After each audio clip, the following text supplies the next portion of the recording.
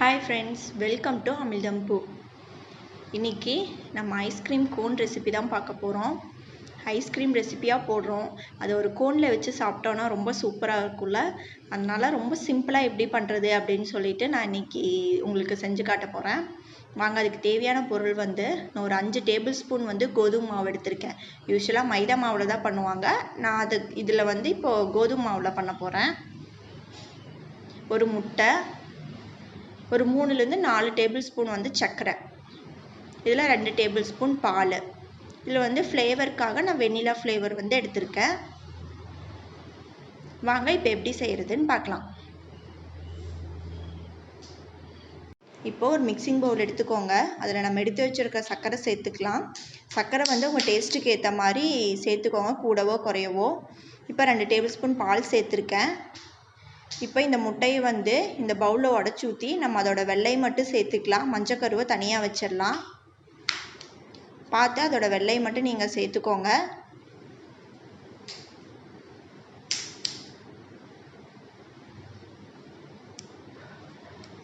இந்த மாதிரி சேர்த்துக்கோங்க. நம்ம மஞ்சக்கரு தனியாக எடுத்துகிட்டேன். இது நமக்கு வேண்டாம், நம்ம வெள்ளையை மட்டும் சேர்த்துருக்கேன். இதில் நான் ஃப்ளேவருக்காக ஒரு ஸ்பூன் வந்துட்டு வெண்ணிலா ஃப்ளேவர் வந்து சேர்த்துக்கிறேன். கொஞ்சமாக உப்பு. இதில் வந்து நம்ம எடுத்து வச்சுருக்க 5 டேபிள் ஸ்பூன் கோதுமை மாவு சேர்த்துக்கிறேன். இதை நல்லா கலந்து விட்டுருங்க. தண்ணியெல்லாம் எதுவும் சேர்க்க வேண்டாம், இதிலே நல்லா கலந்து விட்டுருங்க, கட்டியெல்லாம் இல்லாத மாதிரி. நல்லா இந்த சர்க்கரையெல்லாம் கரையணும். பாருங்கள், இந்த அளவுக்கு நல்லா கலந்துக்கோங்க. இதில் நான்ஸ்டிக் தவா யூஸ் பண்ணுங்கள், அதுதான் பெஸ்ட்டு. ஓவராக ஹீட் பண்ண வேண்டாம். இப்போ தோசைக்கல் சூடாயிடுச்சு, மிதமான சூட்லேயே இருக்கட்டும். இதில் வந்து நம்ம கலந்த கலவை வந்து 1.5 டேபிள் ஸ்பூன் ஊற்றி உடனே நல்லா தேய்ச்சி விட்டுக்கணும். பாருங்கள், இப்போ உடனே நல்லா அந்த தோசை தேய்ப்போல் அந்த மாதிரி நல்லா, ஆனால் நல்லா மெல்லிஸாக தேய்ச்சிக்கோங்க. அப்போ தான் நல்லா மொறுமொறுன்னு வரும். இதை வந்து லோ ஹீட்லேயே வந்துட்டு ஒரு 3 to 4 நிமிஷம் குக் பண்ணுங்கள். நல்லா குக் ஆகணும். அடிப்பகுதி வந்து கொஞ்சம் ப்ரௌனாக மாறும், அது வரைக்கும் குக் பண்ணிக்கோங்க. பாருங்கள், இந்த மாதிரி வந்ததும் இந்த மாதிரி ஷார்ப்பான கரண்டியை வச்சு மெதுவாக எடுத்து விடுங்க. ரொம்ப ஃபாஸ்ட்டாக பண்ணிங்க அப்படின்னா அது கிழிஞ்சிடும். ஸ்லோவாக எடுத்து இந்த மாதிரி திருப்பி போடுங்க. இது 1 to 2 நிமிஷம் அடிப்பகுதி அடுத்த பகுதி குக் ஆகட்டும். இப்போ பாருங்கள், குக் ஆகிடுச்சு. இதை எடுக்கிறதுக்கு முன்னாடி பக்கத்தில் ஒரு கிச்சன் டவல் இந்த மாதிரி போட்டுக்கோங்க. போட்டுட்டு தோசைக்கல்லிருந்து எடுத்த உடனே நமக்கு வேணுங்கிற வடிவத்தில், அதாவது அந்த கோன் மாதிரி மடித்து, சூடாக இருக்கும் பார்த்து மடிச்சுக்கோங்க. பார்த்து மடித்து உடனே அந்த கிச்சன் டவல் வச்சு பிடிச்சிக்கோங்க, சூடாக இருக்கும். ஒரு 10லேருந்து 20 செகண்ட் இந்த மாதிரி பிடிச்சிட்டிங்க அப்படின்னா அது அப்படியே செட் ஆகிடும். பாருங்கள், சூப்பராக ரெடி ஆகிடுச்சு. இதே மாதிரி அடுத்ததும் நம்ம செஞ்சுக்கலாம். நான் 1.5 டேபிள் ஸ்பூன் சேர்த்துக்கிறேன். இதை நல்லா தேய்ச்சி விட்டுருங்க. நல்லா மெல்லிஸாக தேய்ச்சிக்கோங்க. இது குக் ஆகட்டும். பாருங்கள், இப்போ 2 பக்கமும் ரெடி ஆகிடுச்சு.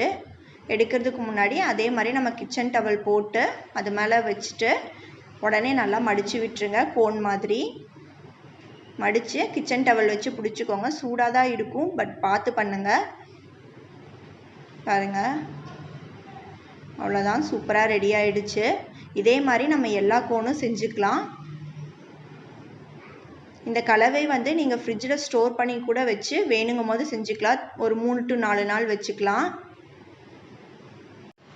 பாருங்கள், எல்லா கோனும் ரெடி பண்ணியாச்சு. மொத்தமாக 6 கோன் வந்திருக்கு எனக்கு. எல்லாமே சூப்பராக இருக்குது பார்க்குறதுக்கே. இதை வந்து டெக்கரேட் பண்ணுறதுக்காக நான் சும்மா டார்க் சாக்லேட்டை மெல்ட் பண்ணி வச்சுருக்கேன். இங்கே கொஞ்சம் அந்த சுகர் பால்ஸ் வச்சுருக்கேன். இங்கே வந்து அந்த ஸ்ப்ரிங்கிள்ஸ் வச்சுருக்கேன். இப்போ வந்து லைட்டாக டெக்கரேட் பண்ணிக்கலாம். இது ஆப்ஷனல் தான், நான் வந்து சும்மா டெக்கரேட்காக பண்ணுறேன். இதை வந்து அந்த ஸ்ப்ரிங்கிள்ஸில் அதே மாதிரி அந்த சுகர் பால்ஸில் வந்து டிப் பண்ணிக்கோங்க.